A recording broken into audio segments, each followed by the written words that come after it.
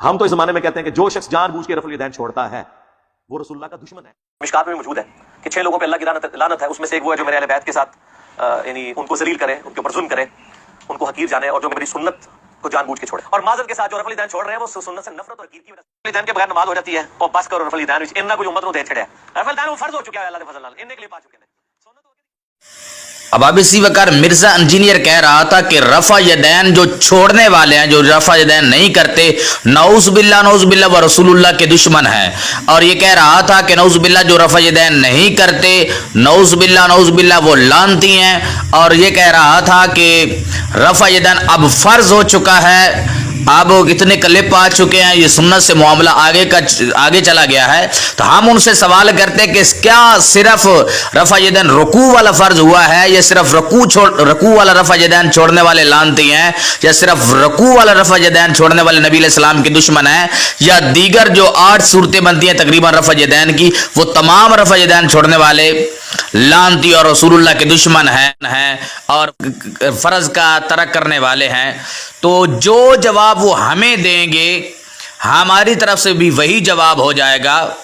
اس کے علاوہ الحمدللہ ہم یہ ثابت کریں گے اور محبوب علیہ السلام سے اور صحابہ کرام سے فقط ابتدائی والا رفع یدین نبی علیہ السلام نے کیا ہے، باقی تمام رفع یدین محبوب علیہ السلام نے چھوڑ دیے تھے۔ الحمدللہ یہ ثابت کرنا ہماری ذمہ داری ہے، لیکن ان سے یہ سوال ہمارا حق بنتا ہے اور ان کو جواب دینا بھی حق بنتا ہے۔ ان کا حق ہے کہ وہ ہمیں ضرور جواب دیں کہ صرف رکوع والے رفع یدین کے علاوہ دوسرے رفع یدین انہوں نے کیوں چھوڑے ہیں۔ یعنی رفع یدین کی کل 8 صورتیں بنتی ہیں، ان میں سے ایک یہ ہے کہ تکبیر تحریمہ، یعنی تکبیر تحریمہ کا رفع یدین کرنا، اس کے علاوہ رکوع میں جاتے اور رکوع سے اٹھتے وقت رفع یدین کرنا، 2 سجدوں کے بعد کھڑا ہوتے وقت رفع یدین کرنا، 2 رکعتوں کے بعد کھڑا ہوتے وقت رفع یدین کرنا، سجدہ کرتے وقت رفع یدین کرنا، 2 سجدوں کے درمیان رفع یدین کرنا، اور ہر تکبیر پر رفع یدین کرنا، تکبیر تحریمہ کے علاوہ رفع یدین نہ کرنا، 7 جگہوں پر۔ اس بات کو مرزا انجینئر نے خود بھی تسلیم کیا ہے، کہہ رہا تھا کہ آناف جو ہیں وہ شروع والا رفع یدین کرتے ہیں، جو غیر مقلد ہیں وہ رکوع میں جاتے اور رکوع سے سر اٹھاتے وقت رفع یدین کرتے ہیں، تیسری رکعت کے وقت رفع یدین کرتے ہیں، اور شیعہ حضرات جو ہیں وہ سجدے میں بھی رفع یدین کرتے ہیں اور ہر تکبیر پر رفع یدین کرتے ہیں۔ اب اسی وقت میں وضاحت کرنا چاہتا ہوں کہ 8 جگہوں پر جو احادیث میں رفع یدین کا ذکر آیا ہے، ہم سوال یہ کرتے ہیں کہ 8 جگہوں پہ ذکر ہے اور آپ لوگ 4 پر عمل کیوں کرتے ہیں؟ ذکر آنے کے لحاظ سے اور حدیث کی جب سند پہ جو علماء نے کلام بھی کیا ہے، ان احادیث کے بھی صحیح ہونے کا دعویٰ کیا ہے۔ باب اسی وقت رکوع میں جاتے اور اٹھتے وقت جو پہلا جو رفع یدین ہے تکبیر تحریمہ والا، وہ تو حدیث کی ہر کتاب میں ملتا ہے۔ اور دوسرا جو رفع یدین ہے، حضرت نافع فرماتے ہیں، حضرت ابن عمر رضی اللہ تعالیٰ عنہ سے روایت ہے کہ نبی علیہ السلام اذا رکع رفع یدہ، نبی علیہ السلام جب رکوع فرماتے تو رفع یدین کرتے۔ یہ حدیث نمبر بخاری شریف میں 739 ہے، 739۔ اس کے علاوہ جو تیسرے مقام کا رفع یدین ہے، دونوں سجدوں کے بعد کھڑے ہوتے وقت والا رفع یدین۔ اب آپ اسی وقت حضرت علی المرتضیٰ شیر خدا رضی اللہ تعالیٰ عنہ سے ایک لمبی حدیث مروی ہے،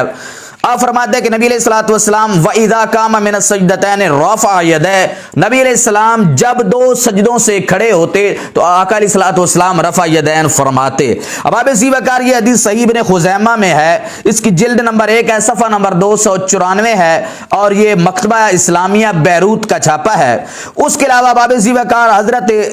حمید سعدی رضی اللہ تعالیٰ عنہ سے یہ نسائی شریف میں روایت موجود ہے، اس کا 1182 ہے اور یہ صحیح حدیث ہے۔ اس کے علاوہ یہ ابن ماجہ میں یہی حدیث جو حضرت علی المرتضیٰ شیر خدا رضی اللہ تعالیٰ عنہ والی ہے، یہ ابن ماجہ میں 864 نمبر پر موجود ہے۔ اس کے علاوہ سنن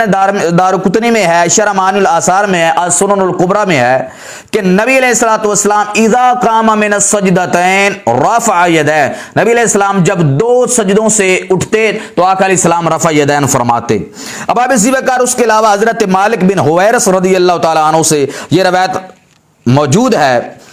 یہ غیر مقلدین کے ناصر الدین البانی نے اس حدیث کو صحیح کہا ہے جو اب میں پیش کرنے جا رہا ہوں، مالک بن حویرث کی۔ مسند احمد میں یہ روایت جو موبائل میں 360 ایپ ہے اس میں 1536 نمبر ہے، اس میں یہ اس کو صحیح کہا گیا ہے۔ اب آپ اسی وقار اس کے علاوہ آپ کی میں وضاحت کے لیے عرض کر دیتا ہوں، سنن نسائی کی یہ حدیث نمبر 1086 ہے۔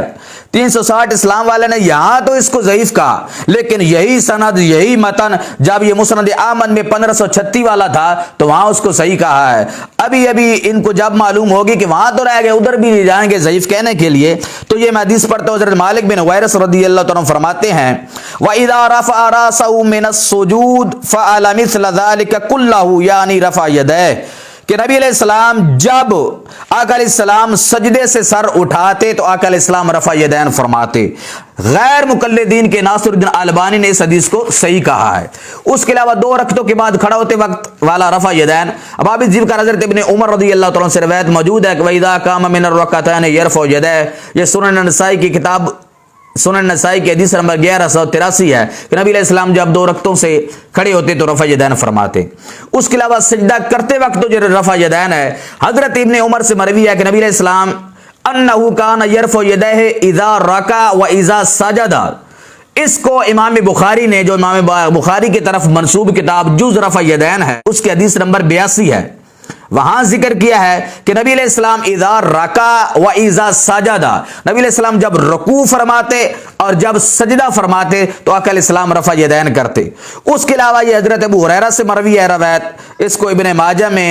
ذکر کیا گیا ہے، ابن ماجہ کی حدیث نمبر 860 ہے۔ حکم البانی صحیح، ناصر الدین البانی جو غیر مقلدین کا ہے اس نے اس حدیث کو صحیح کہا ہے کہ روایت کے الفاظ یہ ہیں کہ یرفع یدیہ فی الصلاۃ، نبی علیہ السلام نماز میں رفع یدین فرماتے تھے۔ آگے وضاحت کی ہے کہ ہینا یفتتح الصلاۃ، جب نبی علیہ السلام نماز کا افتتاح فرماتے، وہینا یرکع وہینا یسجد، جب نبی علیہ السلام رکوع فرماتے اور جب سجدہ فرماتے۔ تو سجدہ کرتے وقت والی رفع حدیث کو ناصر الدین البانی نے صحیح کہا ہے، تو معلوم ہوا کہ سجدہ کرتے وقت رفع یدین کا ذکر بھی احادیث میں ملتا ہے۔ اس کے علاوہ حضرت انس رضی اللہ تعالیٰ سے مروی ہے کہ نبی علیہ السلام کان یرفع یدیہ فی الرکوع والسجود، نبی علیہ السلام رکوع اور سجود میں رفع یدین فرماتے تھے۔ یہ مصنف ابن ابی شیبہ میں موجود ہے، جلد نمبر 1 ہے، صفحہ نمبر 266 ہے، اور حدیث کا نمبر ہے 2449۔ اب آپ اسی وقار 2 سجدوں کے درمیان والا رفع یدین، اب آپ اسی وقت حضرت عبداللہ بن عباس فرماتے ہیں کہ نبی علیہ السلام 2 سجدوں کے درمیان اپنے چہرے کے سامنے رفع یدین فرماتے تھے۔ یا سنن الکبری للنسائی میں موجود ہے، حدیث جلد نمبر 1 ہے، صفحہ نمبر 368 ہے، بیروت کا چھاپا ہے۔ اب آپ اسی وقت ہر تکبیر پر رفع یدین، حضرت عمیر بن حبیب سے مروی ہے کہ کان رسول اللہ صلی اللہ علیہ وسلم یرفع یدیہ مع کل تکبیرۃ فی الصلاۃ المکتوبہ۔ غیر مقلدین کے ناصر الدین البانی نے اس حدیث کو صحیح کہا ہے۔ سنن ابن ماجہ کی میں یہ حدیث موجود ہے، سنن ابن ماجہ کی حدیث نمبر ہے 861 کہ نبی علیہ السلام ہر تکبیر کے وقت رفع یدین فرماتے تھے۔ اب آپ اسی وقت اس کے علاوہ حضرت ابن عباس سے بھی یہ حدیث مروی ہے،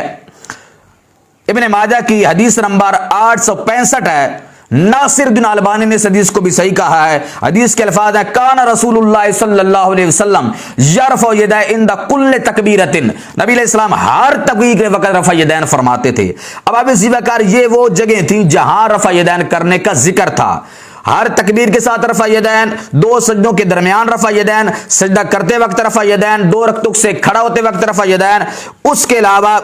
دونوں سجدوں سے اٹھتے وقت رفع یدین، اور رکوع میں جاتے اور اٹھتے وقت رفع یدین۔ ان سے ہم سوال کرتے ہیں کہ ذکر تو رفع یدین کرنے کا 8 جگہوں پہ تھا، آپ نے 8 جگہوں کی پہ تو عمل نہ کیا، 8 حدیثوں پہ 8 جگہ رفع یدین نہ کیا، آپ نے ان میں سے 4 کو خاص کر لیا۔ اب آپ اسی وقار تو آپ نے 4 کو خاص کیوں کیا ہے؟